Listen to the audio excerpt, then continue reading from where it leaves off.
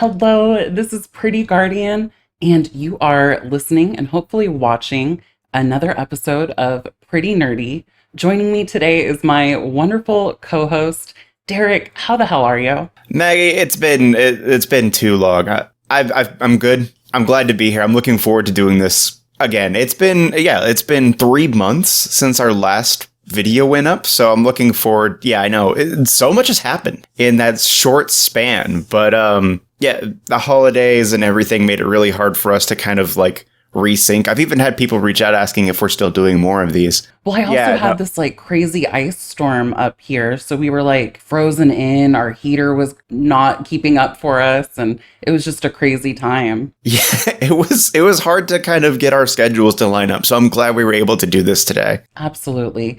And what are we here to talk about today? The wonderful world of comics. I don't even know where to begin with a topic like this because of just how immense the subject matter is. And I did want to start off by asking you not what your first comic book was, because we already have that answer over on our other favorite podcast, Collect or Reject, hosted by Mark Withers. I wanted to ask you what your first comic book experience was that informed you that, yes, I am in fact a comic book reader. It was actually like manga that I think had like some of the strongest impact for me. And this is probably not going to be a surprise for people who really know me, but Sailor Moon. I thought Naoko Takeuchi did an incredible job, both in the art style, like the characters just looked like they were straight out of like fashion illustrations, then also in the storylines, because you had these girls who were all just completely enamored with each other. It was such a beautiful portrayal of like feminine friendship. For me, it kind of immersed me into this like graphic novel culture and manga. And then, of course, comics kind of slowly started sliding in there for me too. You mean you, Pretty Guardian, like Sailor Moon? What? You'd be surprised at how many people don't get the reference. I guess I would be, because I feel like when I think Pretty Guardian, the first thing that comes to mind, no offense, is Sailor Moon. Good. I never really grew up reading manga, or at least had that experience of deep diving into like a series of manga, but I will say that the one time I remember I was like, oh yeah, no, that's probably the sign that I'm way into comics, was I was working at Six Flags at the time, and there was a long line of people waiting to sign out for the night. Who was it? It was one of my coworkers who caught me reading the run of Deadpool that was coming out at that time. I think it was the Merc with the Mouth run. He goes, comic books like rot your brain. What a shitty perspective. And I gave him a look like, excuse me? He's like, like, how? First of all, I'm over here minding my own damn business. How dare you? Secondly, I'm reading Merc with the Mouth, so my quippy comebacks are ready for you if you need them. Oh, you're like, I'll just read it straight off the page, bitch. I apparently stood up in such a way that some of my coworkers were like, oh, he's about to hit somebody. Yeah, so like I got like overly defensive about my little comic book. Yeah, that was like, oh, I might like comics too much. Damn it, this is my comic books. I liked reading these things. These were the things that brought me joy. How dare you come in and try and take that away from me? That was my wake-up call to like, oh, I hope I don't become comic book guy from The Simpsons, but I'll do my best to. Not there yet. Yeah, I'm working on it, apparently. So today's topic is our favorite comics from 2023. Pretty Guardian over here has outclassed me. And I was like, oh, maybe like one or two you came out with. 5. Well, actually, no. Yeah. Well, kind of 4, I guess. Because the first one I wanted to talk about was kind of one of my... I was very, very excited for this series, and it just completely... It let me down. Okay, so yeah, let's start with the creme de la crap. What bothered you this year? Okay, so for me, it was the Scarlet Witch series. And Really? Really.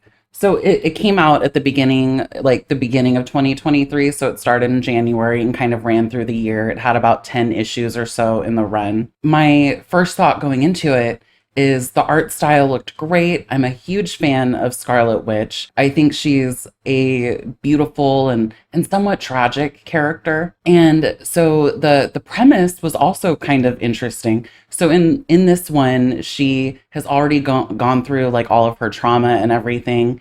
And so this is kind of later on. And she is starting this little bookshop and this like magical spell that she casts that creates this last door, where if somebody is down on their luck, the whole world has turned their back on them. At the end of their line here, they come through the last door and she kind of helps them solve whatever problem they're going through. So it has this kind of interesting serialized concept to it. But what I actually found is that I feel like this concept would have been better on like a limited run Disney Plus series or something, not so much in a comic book, because the way they kind of move through the different set pieces, it happens so quickly that you're not really able to enjoy or soak in any of the things that they present in it. But also the art style was just incredibly inconsistent. Partway through the run, I think they must have switched artists or something, because it actually went from being like this sort of beautiful art that maybe isn't quite good for comics, but like I can still appreciate the art style, to this very like junior high school sort of looking art style. It was very bizarre, and it kind of made me wonder what's going on with this. But then by the time they got to issue 10, there were all these like Captain Marvel advertisements, like literally plastered on the front of the comic book to where it's like obscuring the comic art. And it just kind of made me go, oh, this was probably like, they didn't give a fuck about Wanda. This was just some promotional bullshit for the new Marvels movie. That's always disappointing. Yeah. So I don't want to like put down the people who worked on it. Like I'm sure that they worked very hard. There's some merit to it. If you enjoy it, you enjoy it. But for me, it was a letdown. Oh, that's a bummer. And yeah, I can appreciate, especially when like with these bigger comics, right? Like with Marvel, with DC, when they over promote, it becomes almost a detriment on the comic as a whole, because you don't remember key moments of excitement and intrigue that happened in the story. You're like, oh, that's right, Aquaman 2 is coming out, and it's just like you kind of lose track of what's important. While I wouldn't say a disappointment, I would say probably the one that let me down the most was probably Godzilla Here There Be Dragons, which was an IDW run. The story itself kind of lent itself to other great Godzilla comic book stories of the past. I think of Rage Across Time, where Sir Francis Drake discovers Godzilla and Monster Island and a pot of gold. But the thing that really threw me off about this series isn't necessarily the story, but the ugly covers. Some of these covers were so anti-advertisements, if that makes sense. It almost repelled the viewer. It's like, that doesn't look like something I want to read. But if you crack open the story, there's some fun ideas and concepts that they bring out. Well, the premise you gave me sounded interesting. Do you think like the covers, like, do you think that was a deliberate choice, or what do you think happened there? There are better looking covers for Here There Be Dragons, but it's their variant covers. They're harder to find ones. Like they're one of 50s. But their A and B covers just left a lot to be desired. There's one where Godzilla just straight up looks like Grimace. And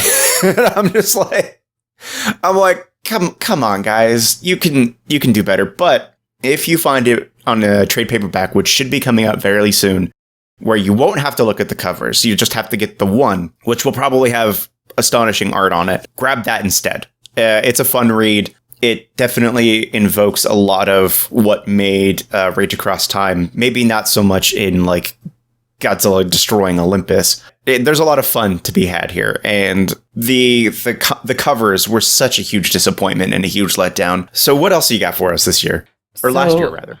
For last year, I'm for sure gonna be reading the rest of the series throughout this year. So this is like my top favorite from 2023, and that is the new Dawn of DC version of Wonder Woman that they have out. This one, I was just kind of gripped by it right away.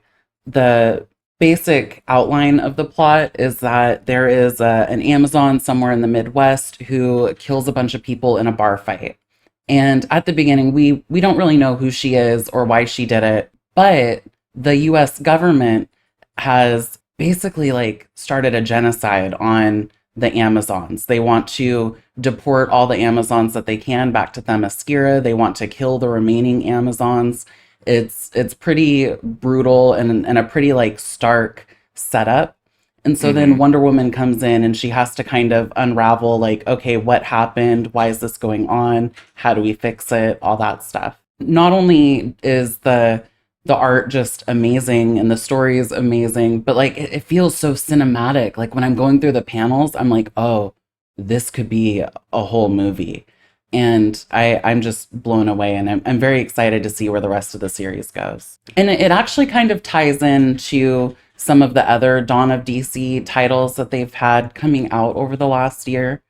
Like the other one that kind of made my list is the Birds of Prey, and they're just kind of all intertwined, and it's really good. After we're done recording here, my next chore for the day, or not chore, the thing I need to do today is go to my local comic book shop and pick up my pull for the week. So I'll have to go and grab Dawn of DC Wonder Woman, because that sounds like something I would be interested in. Yeah. Well, so I sent you a screenshot, and that's one of the art pieces that's actually in the comic. And it's the first one where we get kind of a full frame shot of Wonder Woman. And I kind of love everything about that image. Like how they did kind of the muted grays and blues of the background. And then you see Wonder Woman kind of pops out with like the gold and the rustic red. So it's just like amazing color and movement and posing. I think it's a fantastic first issue. It's crazy because it looks like it invokes the original style of Wonder Woman. Maybe not like not Silver Age, but like our current, like, I guess, I don't know how else to call it, the current old version.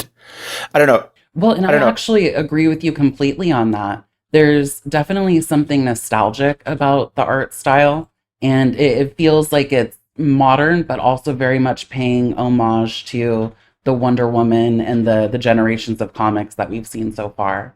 Yeah, Diana looks fantastic. Like it's very clearly, undeniably Wonder Woman. And I think it's that image you sent was just like, yeah, no, I know exactly who I'm looking at, and I know she's gonna rip my face off if I do the wrong thing. So what about you? What was your top comic for 2023?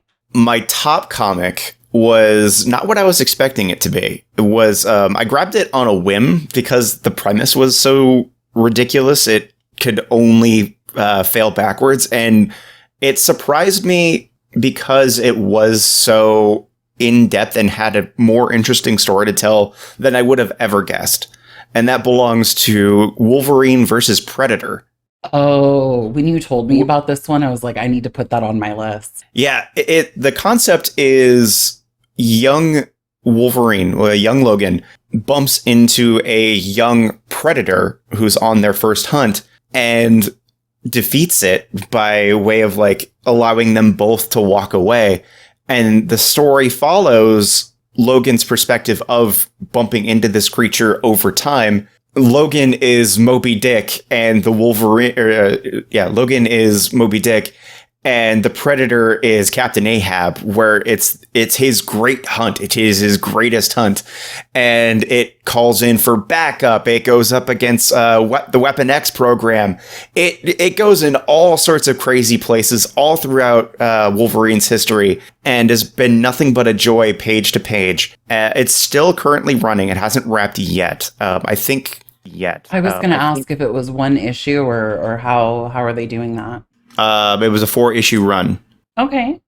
Well, that's, I mean, this is the type of story where I'm like, I could see them having multiple issues because it sounds like a very cinematic concept to me too. But it's kind of narrow. Like I wouldn't expect it to be like a 10+ run, if that makes sense. It does. It makes perfect sense because, like you said, I think to somebody who doesn't know, this seems like a shameless cash grab of Disney just putting together two properties that maybe on paper don't make a lot of sense. But yeah, and I would agree normally. And again, I grabbed it on a whim. I was just like, oh yeah, this is going to be silly. This is going to be fun. No, it actually had like, there are actual stakes, like the idea that Logan would need to constantly evolve with the Predator in order to stay one step ahead makes perfect sense. I like the concept, and the artwork is staggering. Like, it feels like different time periods on like very simple color changes or like minor art styles, and like no one issue feels identical to another, if that makes sense. It's just a really surprisingly well done comic, and I think Marvel deserves a little bit of praise this year for doing something ballsy and turning it into something really good. And okay, so go ahead and give me your other one, because I do have another one that follows that will surprise no one, I'm sure. So for me, 2023 was really the year of DC. And so my next top favorite for the year is the Dawn of DC Birds of Prey. And this one starts out with Black Canary, and she's an established Black Canary going around and trying to put together this like Supergirl group. And we get, the people we'd expect, like Batgirl and Harley Quinn. And then there's some people that I didn't really expect, like Big Barda, that they included. And she's teamed up with Birds of Prey in comics in the past, but she's not necessarily one of their standard lineup. So I was kind of excited by the team that they put together. And I'm going to not say the plot of this one, because once they get the team together, they're going on a fucking suicide mission. The mission kind of knocked my socks off. I was like, oh, I need to read the rest of this because this is juicy. So that's definitely my number 2 pick for 2023. Kind of funny. We agree that this was a year for DC, but maybe on the opposite spectrum of...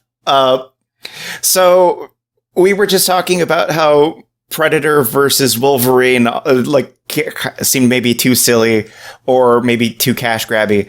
And honestly, and I mean this with full sincerity, my other favorite comic run that's still going, that came out this year, was Godzilla versus Kong versus the Justice League. Oh my goodness. I know, one trick pony, but it does actually bring up some interesting ideas. The basic premise is that the bad guys of the DC universe are like, we need to take them all down at once. So they go to Superman's Fortress of Solitude, and Toyman just so happens to find a device that grants wishes. So he accidentally, like, he's just like, I need a way to defeat the Justice League, or whatever it is he says. And it basically summons Skull Island from the Legendary universe, which brings out every monster into that universe. Flash back a little bit, and we see Superman getting ready to propose to Lois Lane. And so he's spending his entire day just making sure the world is safe. So for an hour, he can propose. So we get like maybe a tired Superman. Well, but right away to me, it sounds like there's a little bit of humor, but there's also stakes to it. There is, because in issue 2, Superman gets murked. He goes, he doesn't go 1v1 versus Godzilla. He goes 3v1 and still comes out the loser. Yeah. So by trying to save Shazam, he turns his back on Godzilla long enough to get blasted with a radioactive blast that puts him out. They're calling him dead, but in this, I think issue 4 is dropping today, or dropped earlier this week, maybe 5. With Superman out of the picture, that kind of leads into what are all the other heroes going to do? We still have Supergirl. She's still in the picture. Right now, we've got Wonder Woman lassoing Titans to kind of like get them to calm down. So there's a great fight between Batman and a giant bat creature called Camazotz. Yeah, and it's unabashedly fun. Like, it is a comic book. The idea that Gorilla Grodd sees Kong as a god and kind of wants to communicate with the god. Yeah. There's some great concepts here. So better than I would have even tried to imagine. I So feel like that could create like a whole spin-off with like Grodd and Kong and his exploration of Skull Island and using that against the Justice League or whoever he's up against. I don't that this has a lot of legs to it, I think. yeah, it's better than you would guess. And that's kind of, I think that's why I'm so surprised this year that like it's these versus comics that are like really pulling out all the stops and having better stories than you would have guessed. Okay, so that's two. Go ahead and throw the rest at us real quick. Okay. Well, it's just two more. Okay. So I've got Supergirl, and this one was just like a special issue that came out. I've never really explored Supergirl in comics before, so this is kind of my first of that. But I just thought it was a really good introduction to her character. They kind of showed how she has this element of like perseverance to her spirit, very similar to Superman. And to me, in some ways, it kind of felt like the Captain Marvel movie, the first one, where they kind of showed Captain Marvel like getting up even though she's been knocked down and all that. And the art style was just very like bright and gold and nostalgic. It was well done for a single issue. And then my last one is the new run of Poison Ivy. And Okay. in the first episode, I watch too much Netflix. Y'all need to get me off of TV. In the first issue, we have Poison Ivy writing a letter to Harley Quinn as she's going on this like cross country road trip. And we don't know like what her whole plot is, but the general gist of it is that she probably plans on not surviving this final mission of hers, but she wants to wipe out humanity and have this like beautiful utopia of nature after. And there's a part of me that really appreciates that mission in a way, just looking at how like climate change has affected our planet and all of the damage that we've done that's largely irreversible at this point. I feel like she's kind of a sympathetic character to me in that respect. So I'm kind of interested in that one too. That sounds way deeper than you would expect a DC comic to get. I don't mean that as in a derogatory way. I just mean like, Well, but sounds like a fun comic. yeah, really. Well, historically, a lot of times villains kind of would have these values of like wanting to protect the environment or wanting to take collective action or wanting to assert some kind of right because they were downtrodden in some way. And so, especially in older comics, they always had to make a point of like, oh no, this person's evil, and we're going to make them do something so cartoonishly stupid to demonstrate to you that they're evil. And now I feel like we're hitting a point, and it's not just like right now in 2023 and 2024. We've kind of been trending in this way, but we're actually able to see villains as nuanced characters again. And I think Right. that that's pretty cool.